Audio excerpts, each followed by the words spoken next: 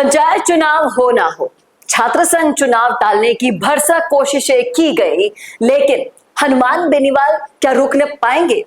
क्या हनुमान बेनीवाल जो लगातार कोशिशें कर रहे हैं, फिर चाहे से वो जोजरी का आंदोलन हो, फिर चाहे से वो हर तबके के वर्ग की आवाज उठाने का हो, या फिर हो भैराना, जहां पर संतों के सम्मान के साथ साथ पर्यावरण की रक्षा के साथ साथ सारे मुद्दे हनुमान बेनीवाल उठाने वाले हैं, तो कौन सा है वो मास्टर प्लान जिसके तहत ये सारे काम किए जा रहे हैं? चलिए करते हैं उसे एक्सपोज आपके साथ। नमस्कार, मैं हूं चेतना शर्मा, संवाद न्यूज पर आपका स्वागत है और ये पूरा मास्टर प्लान एक्सपोज करेंगे हमारे editor in chief Varun Bansali ji. Varun sir, क्या लगता है आपको कि जिस तरह से पंचायत चुनाव भी नहीं हो रहे हैं, जिस तरह से आंदोलन एक एसआई भर्ती का खड़ा तो किया बेनीवाल ने, लेकिन अब उसका भी सॉर्ट आउट हो गया है पूरा, लेकिन अब कुछ करने को नहीं बच रहा है फिर जनता के बीच में जाने के लिए, जिस तरह से बेनीवाल मुद्दे उठा रहे हैं, क्या उसी मास्टर प्लान के तहत ये सब किया जा रहा है? देखिए, आज इस वीडियो में हम बेनीवाल के 2028 के मास्टर प्लान को पूरी तरह से समझा रहे हैं और ये बता रहे हैं कैसे भैराना का जो मुद्दा है वो इस मास्टर प्लान का पूरा मास्टर स्ट्रोक है। तो इसे आप बहुत ध्यान से समझिएगा। देखिए, बेनीवाल ने अपने आंदोलनों के जरिए हर तबके को टच करने की कोशिश की और हर तबके को न सिर्फ टच करने की बल्कि विश्वास दिलाने की कि उनके पीड़ाओं को अगर कोई हरने वाला है तो वो केवल और केवल बेनीवाल है। राजनीति में बीजेपी कांग्रेस के खिलाफ जाने की ताकत कोई रखता है, उनको मुंह पे आलोचना करने की ताकत कोई रखता है, कोई आंदोलन करे और उस पर एक्शन हो ये ताकत कोई रखता है, तो वो हनुमान बेनीवाल है।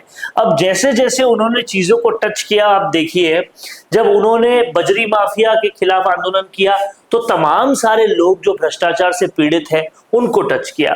जब उन्होंने जोजरी का आंदोलन किया तो मारवाड़ का वो पूरा धरा जिसको हनुमान बेनीवाल हमेशा सबसे पहले वोटिंग के लिए टारगेट करते हैं, उनकी सबसे बड़ी समस्या पानी की थी। तो जोजरी के आंदोलन के जरिए उनकी पानी की समस्या पर आवाज उठाने का काम किया। फिर हनुमान बेनीवाल को पता है कि सबसे ज्यादा वोट देने वाले 18 वर्ष की उम्र से जस्ट 18 वर्ष की उम्र पार किए हुए वोटर होते हैं और वो युवा होते हैं और बेरोजगारों की संख्या भी बहुत जबरदस्त है।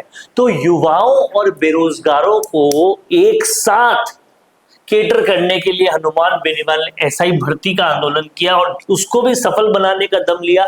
ये उन्हें पूरी तरह से कन्विंस किया कि अगर बेरोजगारों के लिए किसी मुहिम को कोई सफल करा सकता है तो वो केवल हनुमान बेनीवाल करवा सकता है और उन्होंने करवाया, तो युवा भी उनके साथ आए। अब सनातन के नाम पर वोट लेने वाली सरकार का जो सबसे बड़ा पावर था वो थे संत। भैराना आंदोलन के जरिए हनुमान बेनीवाल ने एक तीर से कई निशाने मार दिए और ये कई निशाने हमको समझने होंगे। उन्होंने ये पहले तो ये किया कि संतों को अपने साथ ले लिया, फिर ये किया कि ये संत सत्ताधारी पार्टी के दूसरे नंबर के सबसे बड़े नेता, यानी कि सत्ताधारी सरकार के दूसरे नंबर के सबसे बड़े नेता डिप्टी सीएम की कंस्टिट्यूएंसी के लोग थे, जिन्होंने डिप्टी सीएम से कई बार गुहार की लेकिन उनको काम नहीं हुआ, वो और उनके साथ हनुमान बेनीवाल आ गए। तो ये भी पूरी तरह से पक्की बात है कि हनुमान बेनीवाल ने संतों को जो है वो कर दिया केटर। और इससे एक बात साफ हो गई कि सनातन के नाम पर जो काम कर रही सरकार है उसका भांडा फोड़ दिया। और 2028 में ये सबसे बड़ा मास्टर स्ट्रोक इसलिए है क्योंकि एक तरफ तो हनुमान बेनीवाल ने संतों के लिए काम किया, दूसरी तरफ आपको याद होगा हाल ही में हनुमान बेनीवाल ने बाड़मेर जैसलमेर क्षेत्र में जो गायों का मुद्दा था वो उठाया कि वहां मृत गाय 500 से ज्यादा पड़ी। ना सिर्फ ये मुद्दे, आप ये सोचिए, स्वास्थ्य का मुद्दा हो, आदिवासियों का मुद्दा हो, या फिर हो ये सारे मुद्दे जिन्हें आपने अभी डिस्क्राइब किया, हर मुद्दे पर अगर कोई बोलता है सबसे पहले तो वो हनुमान बेनीवाल। बिल्कुल। और उसमें से संत और गो सेवा, गो गायों या फिर गोपालन का मुद्दा उठाकर उन्होंने एक बात बता दी कि जो सरकार इन दोनों मुद्दों पे बढ़ चढ़ के आई है वो कैसे इन दोनों मुद्दों के खिलाफ काम कर रही है और इन दोनों मुद्दों के लिए भी मैं ही काम कर रहा हूं। तो आप देखिए, गायों, संतों, हाल ही में मुसलमानों को भी पार्टी में बहुत ज्यादा इन्होंने इन किया है। तो मुसलमानों, तो कांग्रेस बीजेपी दोनों का ही वोट बैंक जो है वो हनुमान बेनीवाल लेने की कोशिश कर रहे हैं। फिर युवा, मारवाड़, भ्रष्टाचार पीड़ित, एक एक करके हर तबके को विश्वास दिला रहे हैं कि तुम्हारा काम करने के लिए कोई है तो केवल मैं ही हूं। सिर्फ तबका ही नहीं, अपना दायरा आप देखिए ना, नागौर से निकलकर आप जोधपुर पहुंच रहे हैं, आप बाड़मेर पहुंच रहे हैं, आप दूदू में पहुंच चुके हैं, आप सीकर में भी अपना प्रभाव बढ़ा रहे हैं। बेनीवाल, आप हनुमानगढ़ पहुंच चुके हैं, आप पहुंच चुके हैं बीकानेर भी, और बहुत तेजी से अपना दायरा बढ़ा रहे हैं। तो आप समझेंगे, देखिए जैसा आपने बात की, सबसे पहले तो ये दायरा बढ़ा रहे हैं।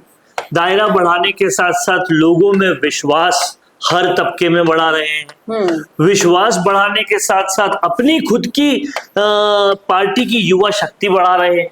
राहुल गांधी और ये सब बोलते ही रहेगा कि युवा लाएंगे, युवा लाएंगे, ये ले आए तो छात्र संघ नेता भी इनके साथ सारे हो गए। फिर आप देखिए, इन्होंने संतों को जोड़ लिया, अल्पसंख्यकों को जोड़ लिया, और ऐसे करके हो ये रहा है कि इनके साथ भाजपा कांग्रेस के जो मेजर वोट बैंक थे वो सब लोग इनके साथ आ रहे हैं।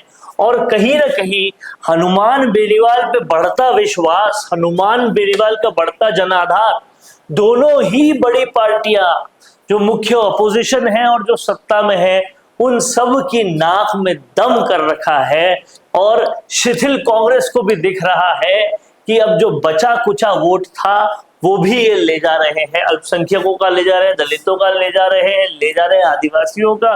ऐसे में हमारे पास बचेगा तो बचेगा क्या? और सारे मुद्दे ना जनता आंख खोलकर देख रही है, समर्थन दे रही है। और देखिए, वोट देने जाते हैं ना जब, तब रिकॉल भी करती है कि हमारे लिए कौन वहां पर खड़ा था जब हमें सबसे ज्यादा मदद की जरूरत थी। और वहां पर सिर्फ और सिर्फ एक ही नाम याद आएगा, हनुमान बेनीवाल का। और यही है वो मास्टर प्लान का मास्टर स्ट्रोक, और वो सारी चीजें जो एक के बाद एक step by step Hanuman Beniwal चल रहे हैं। और इन पूरी चीजों का फायदा मिलेगा उनको। पंचायत चुनाव तो नहीं हो रहे, उनमें भी मिल सकता था, लेकिन 2028 के बाद जो चुनाव होंगे, विधानसभा चुनाव, उसमें ये कमबैक करने वाले हैं और बहुत ही बम्पर कमबैक होगा इनका, इस बात में कोई दो राय नहीं है।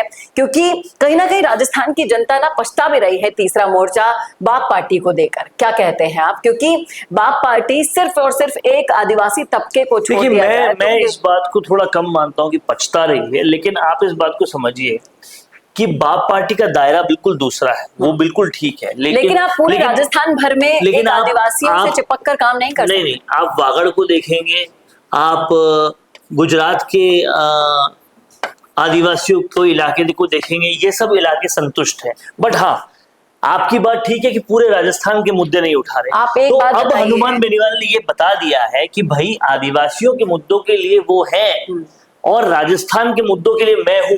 कल अगर आपने हनुमान बेनीवाल की प्रेस कॉन्फ्रेंस सुनी होती तो बहुत ही सुखद एक बात उसमें बोली हुई थी, कहीं बीच में बोली हुई थी कि पहले मैं आ गया, 3-4 सीटें लाया, उसके बाद राजकुमार रोत आया, वो भी 3-4 सीटें लाया। अब हम दोनों मिलकर 2028 में इनको कहीं भी स्टैंड नहीं करने देंगे। यानी कि आप समझिए, ये होना कि रोत, वागड़ और गुजरात में ही है और ये बाकी इलाकों में है, ये सुखदाई है, क्योंकि दोनों में कोई कंपटीशन नहीं है। कंपटीशन नहीं है इसलिए साथ में आ सकते हैं। साथ में जब तक नहीं आएंगे तब तक भाजपा और कांग्रेस जैसे दिग्गजों का कुछ बिगाड़ नहीं सकते, इसलिए वो साथ होना भी जरूरी है, इसलिए कंपटीशन नहीं होना भी जरूरी है। लेकिन नागौर में सांसद होने के नाते, बतौर सांसद हनुमान बेनीवाल नागौर के लिए जितना कुछ कर पाए हैं, एक सवाल ये उठता है यहाँ पर कि रोत अपने वागड़ के लिए अभी वो चीजें बतौर सांसद नहीं कर पाए। आप इस बात को समझिए कि बतौर सांसद रोत का अनुभव कम है, इसमें कोई डाउट नहीं है। अनुभव कम, ज्ञान में पूरा है। नहीं, ज्ञान से नहीं। और हनुमान बेनीवाल का जब उनके पास सपोर्ट है तो क्यों सिर्फ वागड़ के लिए? मैं आपको बता रहा हूं कि ज्ञान से सिर्फ नहीं होता, ज्ञान के अलावा आपको चाहिए होती है काम करवाने के लिए लाइजनिंग। क्या वो अपने बेटे के बर्थडे में बुला पाते हैं भाजपा के नेताओं को? क्या उनके ताल्लुकात है वैसे कि नितिन गडकरी के ऑफिस में जाए तुरंत काम हो जाए? क्या उनके पास उतनी शक्तियां हैं कि केंद्र सरकार के तमाम सारे मंत्री उनके एक फोन पे हाजिर हो? वो सब नहीं है। क्या ऐसा कोई रोहित के पास हथियार है कि आलोचना भी एक मुंह से करे और दूसरे मुंह से काम भी लेकर आ जाए, वो नहीं है। वो एक्सपीरियंस, पर्सनैलिटी सब चीजों के साथ आता है, वो बेनीवाल के पास है, कोई दो राय नहीं है इसमें। लेकिन राजकुमार रोहित की अपनी अच्छाइयां हैं। राजकुमार रोहित जिस तरह से आदिवासियों के मुद्दे उठा रहे हैं, कोई और नहीं उठाता उस इलाके में। जाके उस इलाके में पूछेंगे तो उनकी अहमियत भी पता चलेगी। लेकिन ये बात ठीक है कि नागौर में जितना काम हनुमान बेनीवाल ने करवाया है वो कोई और नहीं करवा सकता। वो खुद भाजपा का भी आ जाए तो भी नहीं करा सकता। देखना वाकई में दिलचस्प होगा कि इस मास्टर प्लान का क्या रिजल्ट लेकर आ पाती है बेनीवाल और उनकी पार्टी 2028 के बाद होने वाले चुनावों में। क्या कहना है आपका इस पूरे मुद्दे पर, रखिएगा राय जरूर कमेंट बॉक्स में। कैसा लगा वीडियो बताना ना भूलेगा, और ऐसे वीडियोस के लिए देखते रहिए आप आपका अपना संवाद भारत के लिए। नमस्कार दोस्तों, अगर आप भी रियल एस्टेट में काम करते हैं तो हम आपके लिए लेकर आए हैं एक गुड न्यूज। आजकल के डिजिटल जमाने के अंदर आपकी प्रॉपर्टी का अच्छा वीडियो कंटेंट होना बहुत जरूरी है। तो हम यानी मिशी मीडिया सॉल्यूशंस आपको प्रोवाइड करवाते हैं एक हाई क्वालिटी कंटेंट वीडियो, जिसके अंदर हम प्रॉपर्टी से जुड़े हुए आसपास की प्राइम लोकेशन और उसकी कनेक्टिविटी को अच्छे से दिखाते हैं। कस्टमर आपकी वीडियो को सिर्फ देखे ही नहीं, आपको कांटेक्ट भी करे, जिससे कि आपकी डील क्लोज होने की पॉसिबिलिटीज बढ़ जाती है। तो कांटेक्ट करो आज ही स्क्रीन पर दिए गए नंबर्स पर।